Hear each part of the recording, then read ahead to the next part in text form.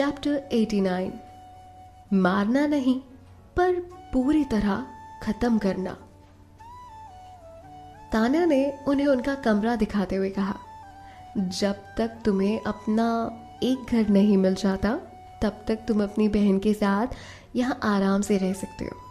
हम सब एक परिवार की तरह रहेंगे और तुम्हें कोई तकलीफ नहीं होगी। इसे अपना ही घर समझो।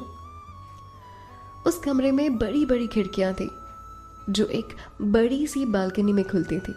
एक बहुत बड़ा और सुंदर कारपेट भी था और इस कारपेट से कमरा और भी ज़्यादा ग्रैंड और लग्जूरियस लग रहा था। इसके अलावा जो भी ज़रूरत की चीज़ें थी ऑलमोस्ट सभी वहाँ मौजूद थी। सारांश वो सब कुछ देखकर अपने आंसू रोक नहीं पाया। वो पहली बार इस तरह के कमरे में रहने वाला था। उसकी लाइफ बहुत स्ट्रगल भरी थी, पर लगता है आज उसका ये स्ट्रगल खत्म होने वाला था।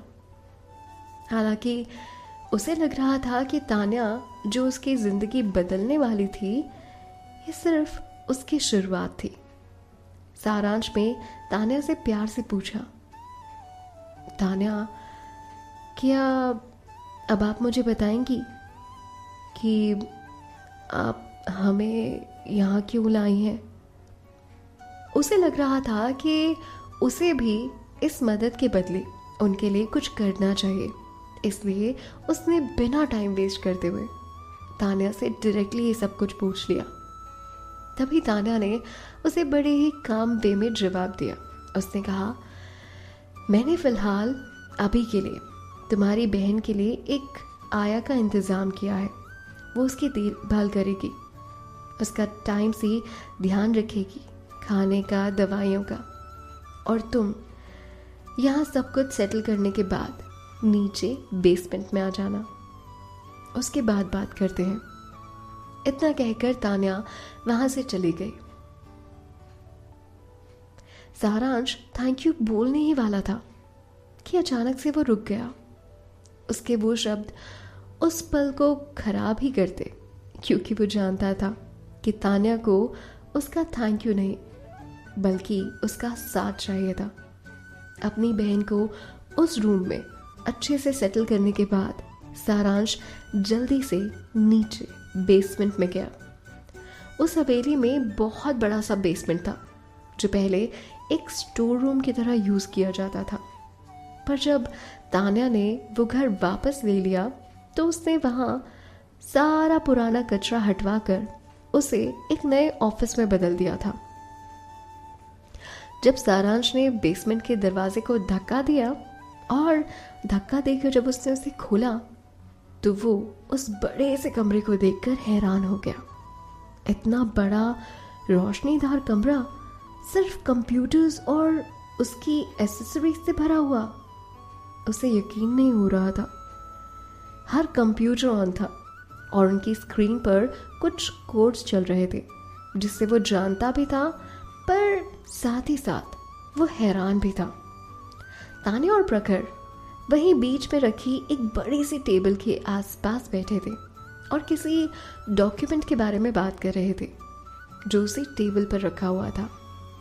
तभी तान्या ने उसे देखा और कहा, अरे आओ हमारे साथ बैठो, मैं तुम्हें सब बताती हूँ। सारांश हैरानी के भाव लिए आगे बढ़ता है। सारांश ने खुद को शॉक से बाहर निकाला और उनके पास जाकर एक चेयर पर बैठ गया।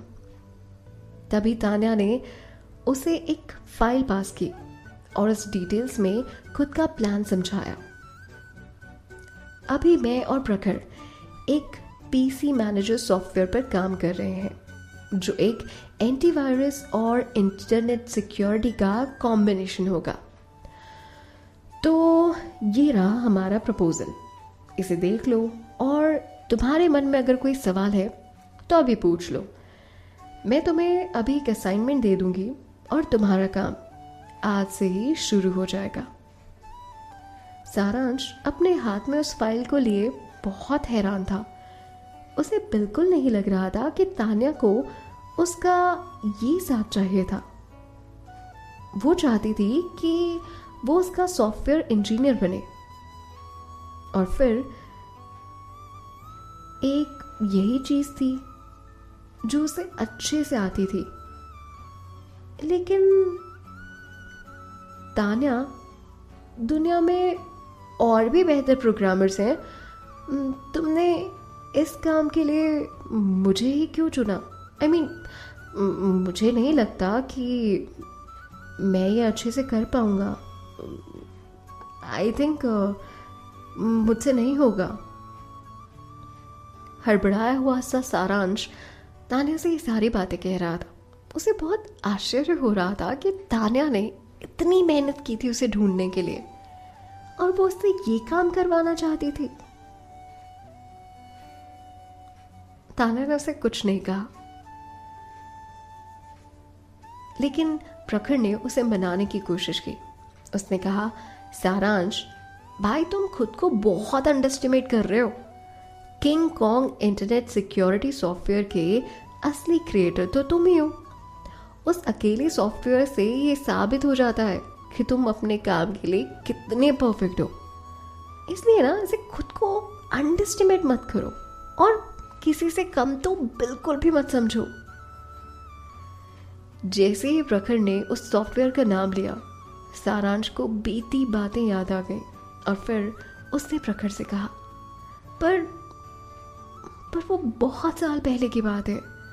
पिछले कुछ सालों से मैं कंप्यूटर दुनिया से बहुत दूर रहा हूँ।